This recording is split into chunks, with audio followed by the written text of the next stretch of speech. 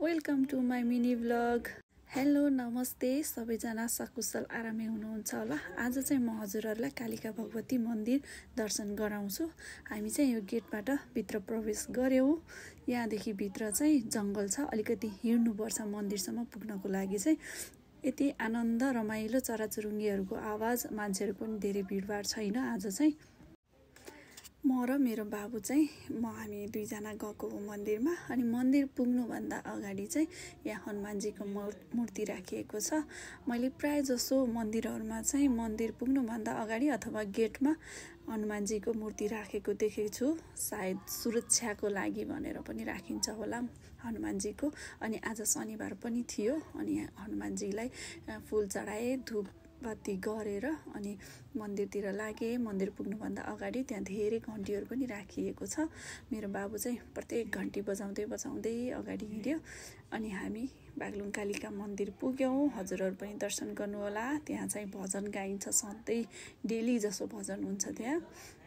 भिडभाड थिएन, मन्दिरको फोटो खिच्न मिल्दैन थियो, त्यो भएर त्यहाँको भिडियो चाहिँ भएन। यो भिडियो चाहिँ सबै मेरो बाबुले बनाइदिएको भिडियो हो। उसले म हजुरको भिडियो बनाइदिन्छु भनेर बनायो। अनि मैले ल बनाइदियो भनेर उसलाई नै मोबाइल दिएँ। उसले बनाइदिएको भिडियो जस्तो भए पनि।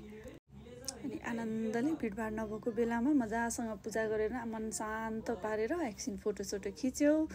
अनि एकछिन बस्यौँ। अनि त्यसपछि हामी त्यहाँबाट फर्कियौँ। अनि फर्किँदा बाबुले चाहिँ त्यहाँको ब्रिज हेर्न जाउँ न, त्यहाँको पुल हेर्न जाउँ भन्यो। अनि मैले चाहिँ त्यहाँको गोल्डन ब्रिज लिएर गएँ। पहिला सुरुमा चाहिँ आउनु मानेन, पुलमा चाहिँ उसलाई डर लागेछ, जाँदिनँ भन्यो। अनि मैले चाहिँ केही हुँदैन आऊ न भनेर बोलाएपछि आयो।